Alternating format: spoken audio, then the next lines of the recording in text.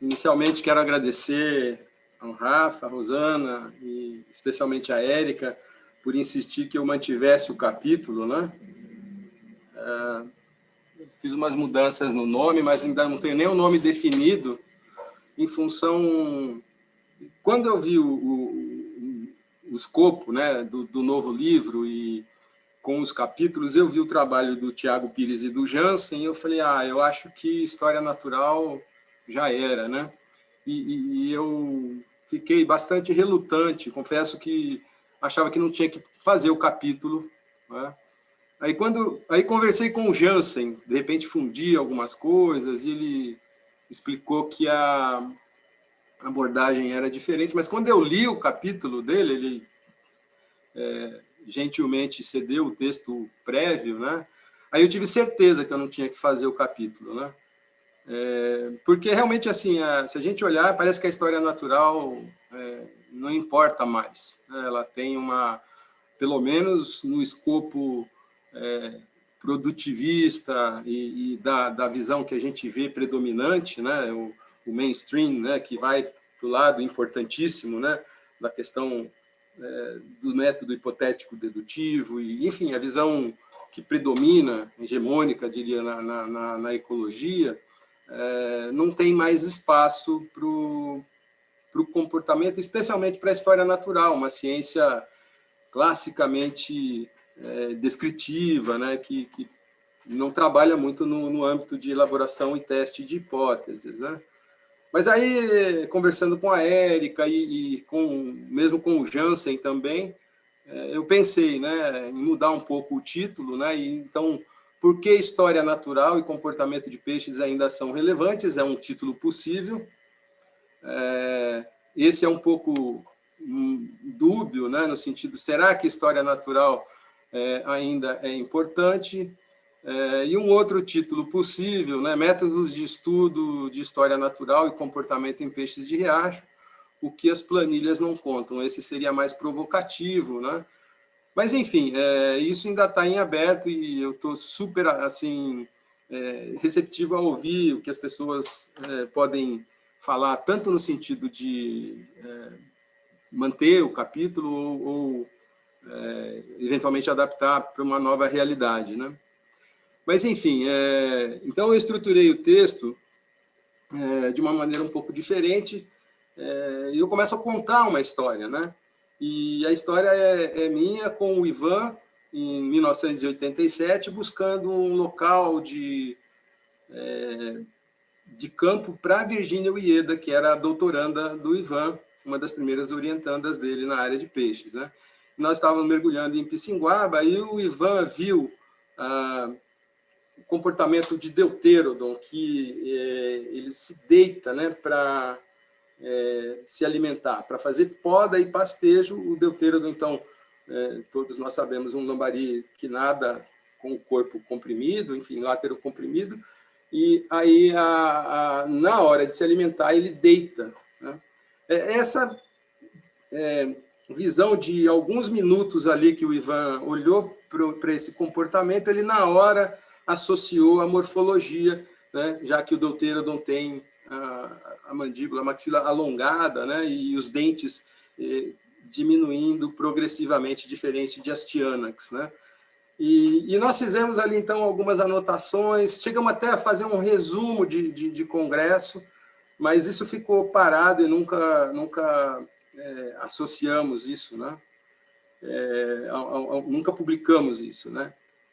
Depois, o Domingos Garrone também viu essa situação, tentamos fazer um artigo, mas acabamos, na verdade, mais por culpa minha, tomando uma barrigada, e isso ficou largado, né? E, felizmente, a Cristina Gonçalves e o César Sestari, em 2018, publicaram esse artigo, mostrando, então, a conexão entre morfologia e comportamento, né? Essa história bem, acho que ilustrativa, de que quando você olha da natureza, você vai e percebe uma sutileza do comportamento, como o bicho vai em busca do alimento, você consegue superar, né? E aí, fazendo um pulo muito temporal, bastante longo, né? um trabalho que eu tive o prazer de coautorar com o Gabriel Raposo e o Domingos Garrone Neto, né? Que mostra... É um trabalho super ligado à história natural, né? Quando o lado B, né, o surpreendente lado B, é uma descrição de uma nova tática de forrageamento, né, de geofagos brasilienses, né? Então, o bicho vira a folha, né, do folhedo do leito do rio para se alimentar, né? E aqui vale a pena a gente até, rapidamente, eu não vou passar todo o vídeo, que dura uns 2, 3 minutos,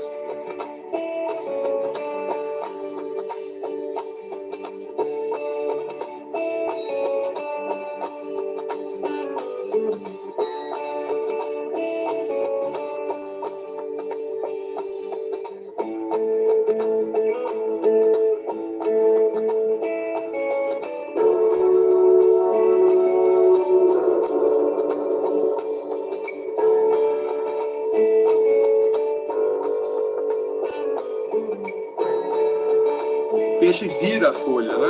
Ele vira a folha e começa, então, a buscar o alimento no lado protegido que estava a folha e vai encontrar outros itens que ele não encontraria, né?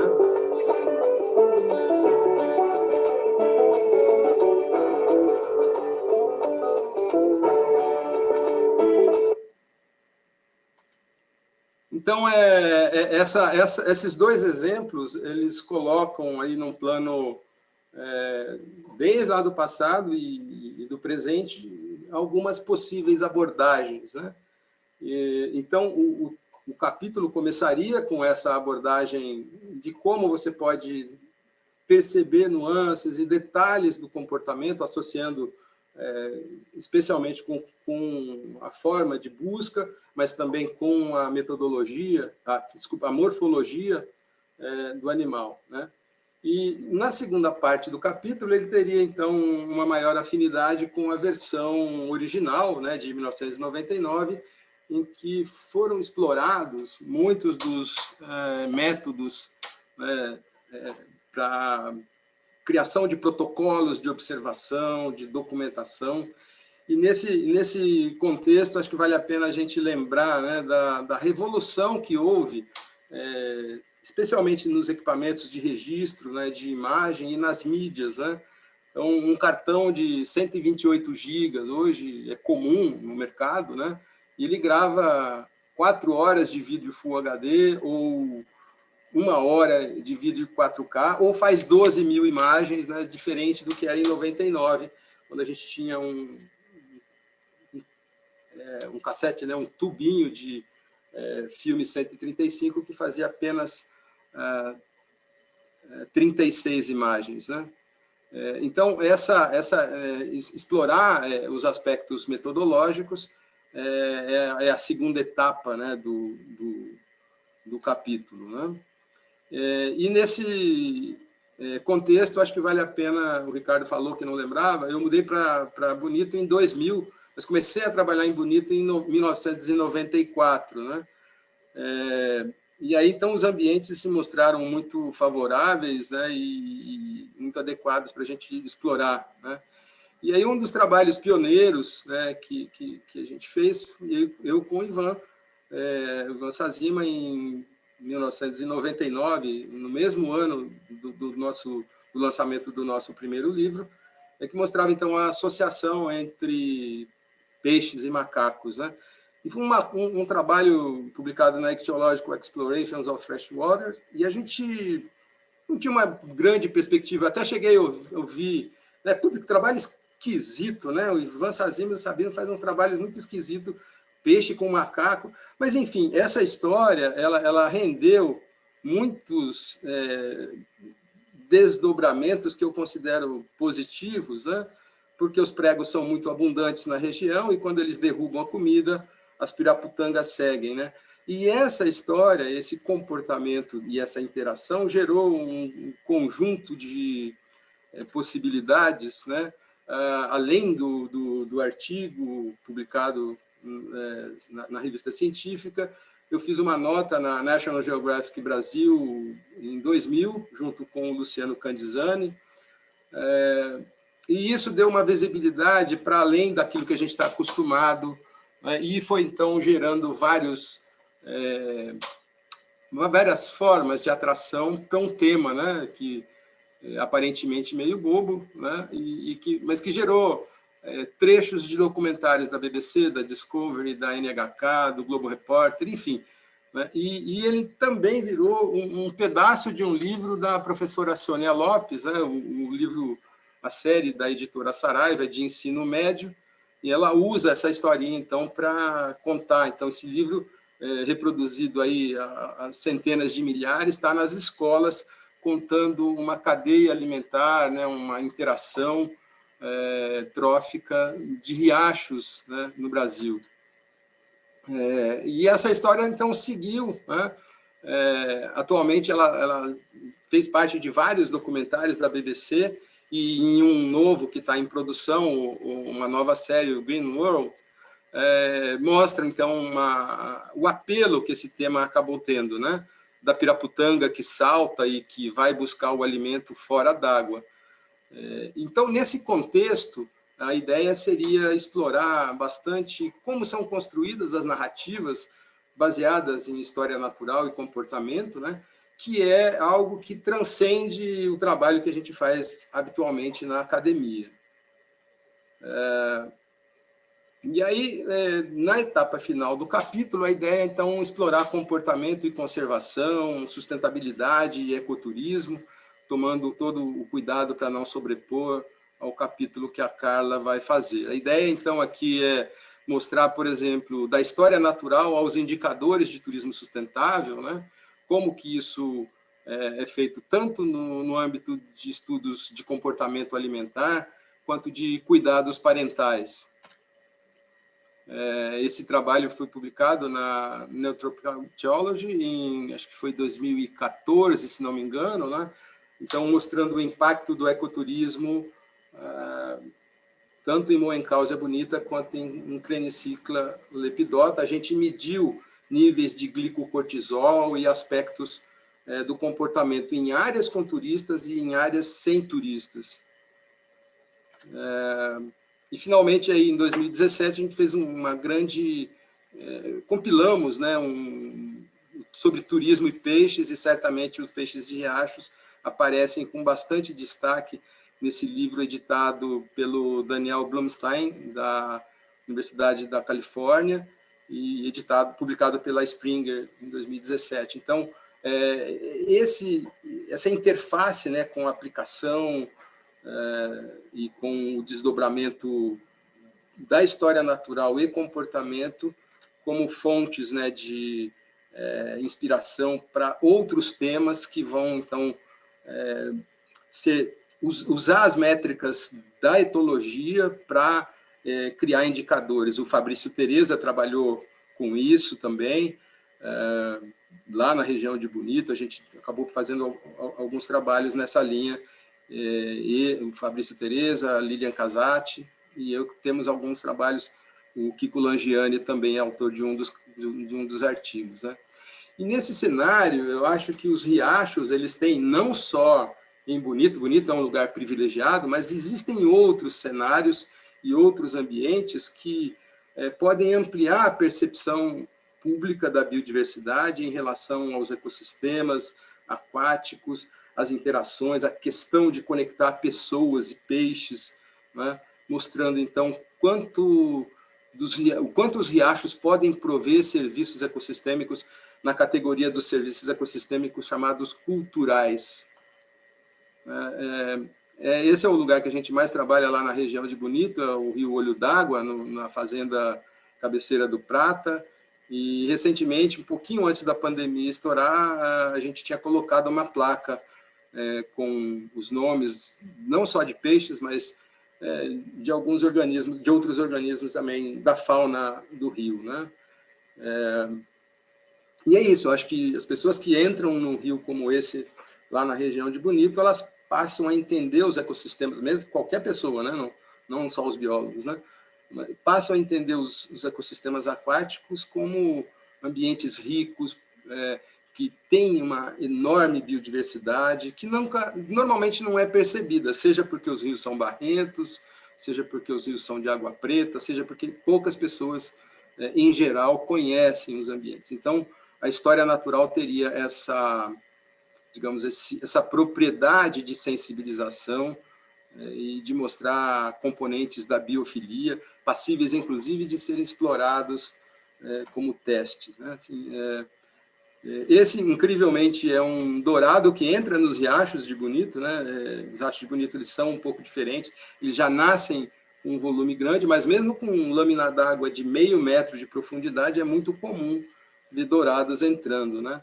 E aí uma história que também foi feita nos riachos de Bonito, mas também em Nobres, lá no Mato Grosso, com o Eduardo Bessa, a Lucélia Carvalho, a Paula Tomazelli e eu como os autores. A gente eu tinha essa foto, essa que está no canto superior esquerdo, que eu tinha feito no Aquarep.